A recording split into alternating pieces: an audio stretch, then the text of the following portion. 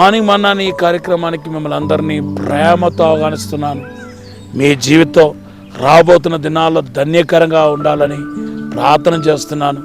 దేవుని బిడ్డలారా, ముఖ్యంగా ఎవరెవరైతే ఫైనాన్షియల్గా మరి చాలా ప్రాబ్లాన్ని ఎదుర్కొంటూ మరి ఈఎంఐ కట్టలేక, తర్వాత అప్పులు తీర్చలేక, లేకపోతే పెళ్ళికి డేట్ పెట్టుకొని ఇంకా డబ్బులు లేకుండా ఇలాగా ఫీజు కట్టలేక ఇలా రకరకాల సమస్యలతో పోరాటంతో ఉన్నారో మీ అందరికీ ఒక బ్రేక్ త్రూ రావాలనేది ఈరోజు నేను చేసే ప్రధానమైన ప్రార్థన. ఖచ్చితంగా రాబోతున్న దినాల్లో ఫైనాన్షియల్ బ్లెస్సింగ్ చూడబోతున్నారు. మీరు చిన్న బిజినెస్ చేసిన దేవుడు ఆశీర్వదిస్తాడు, మీ కుటుంబాన్ని ఆశీర్వదిస్తాడు. ఉద్యోగం లేని వాళ్ళకి ఉద్యోగం త్వరగా రాబోతుంది. దేవుడు ఉన్నతంగా మనం కూర్చుండబెట్టబోతున్నాడు. మీరు రాబోతున్న దినాల్లో శ్రేష్టమైన మంచివుల చేత తృప్తిపరచబడబోతున్నారు. దేవునికి అభిషేకం మీ మీదకి రాబోతున్నాయి.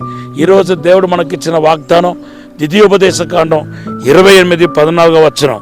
దేవుని బిడ్డలారా, ఈరోజు దేవుడు జరగకూడని కార్యాన్ని గురించి, ఇంక ఎప్పుడు నీ లైఫ్లో జరగకూడని కార్యాన్ని గురించి మీతో మాట్లాడాలని ఆశపడుతున్నాడు.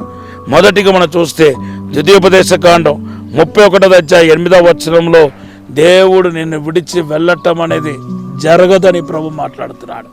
అవును, మీరు దేవుని వెతికి రాలేదు, దేవుడే మిమ్మల్ని వెతికుండా వచ్చాడు. కనుక మీ జీవితంలో ఎటువంటి కష్టాలైనా, శోధలైనా, బాధలైనా దేవుడు మిమ్మల్ని విడిచిపెట్టాడు. మీరు ఒకవేళ విడిచిపెట్టి వెళ్ళినా ఖచ్చితంగా దేవుడు మాత్రం విడిచిపెట్టాడు. దేవుని బిడ్డలారా, మున్నటి వరకు మీరు దేవుని పట్టుకున్నారు కాబట్టి మీరు వదిలేయాల్సి వచ్చింది. ఇప్పుడైతే దేవుడే పట్టుకున్నాడు. మత్తయి సువార్త 28:20 అంటున్నాడు, యుగ సమాప్తము నేను మీకు తోడై ఉన్నాను అంటున్నాడు. యుగ సమాప్తం అంటే ఇంకా లైఫ్ లాంగ్ దేవుని విడిచిపెట్టే ప్రసక్తే లేదు. దేవుడు మనం విడిచిపెట్టే ప్రసక్తే లేదు. అయితే దేవుని దుఃఖపెట్టకుండా మాత్రం చూసుకోండి. ఆయన మిమ్మల్ని ప్రేమించి మీ వద్దకు వచ్చాడు, మీతో ఉండాలని వచ్చాడు, మీలో ఉండాలని వచ్చాడు, మిమ్మల్ని ఆవరించాలని వచ్చాడు. అంత గొప్ప దేవుణ్ణి మీరు దుఃఖపెట్టడం ఎంత మాత్రం కరెక్ట్ కాదు. కాబట్టి దేవుని సన్నిధి మీతో ఉండలాగన, నిత్యం నిలుచులాగన దేవుని బిడ్డలారా మీరు దేవునికి అనుగుణంగా నడుచుకోవాలని కోరుతున్నాను.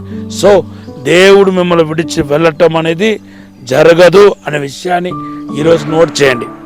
రెండవదిగా మనం చూస్తే ద్వితీయోపదేశకాండం 29:5 వచనం, నెహెమ్యా గ్రంథం 9:21 మనం చూస్తే ఇశ్రాయేలు ప్రజలు ఐగుప్తు నుండి విడుదల పొంది మరి కానాను దేశం, వాగ్దానం చేయబడిన కానాను దేశం వైపు 40 సంవత్సరాలు ప్రయాణం చేసినప్పుడు వాళ్ళ వస్త్రం మాయలేదంట, వాళ్ళు ఒక జోడు తెగలేదంట.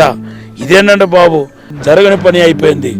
40 సంవత్సరాలు వస్త్రం చిరగకుండా ఎలా ఉంటాయండి, జోడు తెగకుండా ఎలా ఉంటాయండి? అయితే దేవుని బిడ్డలారా, అది నేను అనుకుంటున్నాను, అన్ని లక్షల మందికి జోడు అనేది పరలోకం నుండి ఎలాగైతే మన్నా కురిపించబడిందో అలాగే జోడు కూడా దేవుడు ఇచ్చాడని నేను అనుకుంటున్నాను. ఇది దేని చూపిస్తుందంటే అసాధారణమైన కార్యాన్ని చూపిస్తుంది. మీ లైఫ్లో ఈ రోజు నుండి అసాధారణమైన కార్యం దేవుడు జరిగించబోతున్నాడు. మీ జీవితం అంతా వెలిగించబడలాగన, ఆశ్రయించబడలాగన అసాధారణమైన అద్భుతమైన కార్యం మీ జీవితంలో జరగబోతున్నాయి. మీకు మేలు చేయబోతున్నాడు, మిమ్మల్ని వర్ధలే చేయబోతున్నానని ప్రభు మాట్లాడుతున్నాడు. తర్వాత మూడవది మనం చూస్తే దేవుని బిడ్డలారా, నిర్గమకాండం 13, 21, 22 మనం చూస్తే మేఘస్తంభము, అగ్నిస్తంభము ఇశ్రాయేలు ప్రజలు విడిచిపెట్టి వెళ్ళలేదంట. అది కూడా జరగలేదు. ఏనాడు అగ్నిస్తంభం విడిచిపెట్టి వెళ్ళినట్టు జరగలేదు, లేకపోతే మేఘస్తంభం వెళ్ళినట్టు కూడా జరగలేదు. ఇది ఎలా సాధ్యమంటే, ఇది దేనికి సాదృశ్యమంటే ఇది దేవునికి సాధ్యం. దేవుని బిడ్డలారా, దేవుడు ఒక పనిని ప్రారంభించాడంటే అది ఎప్పటికీ ముగించడు. ఎన్ని అడ్డులు వచ్చినా, ఎన్ని శోధనలు వచ్చినా దేవుడు మాత్రం తన ప్రారంభించిన పనిని ముగించడు అనే దానికి మేఘపు స్తంభం, అగ్నిస్తంభం ఇశ్రాయేలు ప్రజలు విడిచి తొలగిపోకుండా ఉండటానికి సాదృశ్యంగా ఉంది. తర్వాత నాలుగవదిగా మనం చూస్తే దేవుని బిడ్డలారా, మరి మన్నా తక్కువ కాలేదంట. తర్వాత అది ఏనాడు కొదువు కాలేదని రాయబడింది. అది కూడా అసాధ్యమైన కార్యం అయిపోయింది. నిర్గమకాండం 16, 18, 19 వచనాలు మనం చూస్తే దేవుని బిడ్డలారా, మరి ఏనాడు వాళ్ళకి మన్నా తక్కువ కాలేదు. డైలీ అద్భుతంగా పోషించబడ్డారు, అద్భుతంగా నడిపించబడ్డారు. ఇది దేన్ని చూపిస్తుందంటే దేవుడు మనల్ని మరి కేర్ తీసుకొని ప్రేమించి పోషించడానికి చూపిస్తుంది. దేవుడిని పోషిస్తాడు, ఆత్మీయంగాను భూ సంబంధంగాను పోషిస్తాడు. ఆ పని ఎప్పటికీ ఆగదు, అది సాగే తీరుతాయి. చివరిగా మనం చూస్తే ద్వితీయోపదేశకాండం 34:7-8 చూస్తే ఇశ్రాయేలు ప్రజల యొక్క కళ్ళు చీకటి కాలేదు, బలము తక్కువ కాలేదు. కనుక ఈరోజు ప్రభు మనతో మాట్లాడుతున్నాడు. మిమ్మల్ని దేవుడు అద్భుతమైన పాటలో అసాధారణమైన పాటలు నడిపించబోతున్నాడు. ఈ కళ్ళు మరి శరీర బలం తక్కువ కాలేదనేది దేవుడిచ్చే ఆరోగ్యాన్ని, ఆయుష్ని చూపిస్తుంది. కనుక ఈ కార్యాలన్నీ శాశ్వతంగా జరిగే కార్యాలు, ఏనాటికి తక్కువ కాని కార్యాలు. ఈ మాటను దేవుడు దీవించనగాక. ఒక చిన్న ప్రార్థన చేస్తాను. పరిశుద్ధము నమ్మకమైన పరలోక తండ్రి, నీ ప్రియ బిడ్డలందరిని ఆశీర్వదించండి.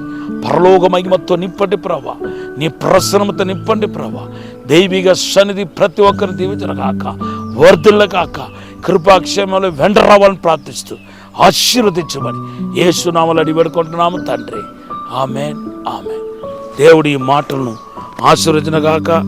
ఈరోజు దేవుడు మనకిచ్చిన వాగ్దానం యెషయా గ్రంథం 40 అధ్యాయం 28వ వచనం. ప్రభు ఈ మాటను దీవించనగాక. ఆమేన్.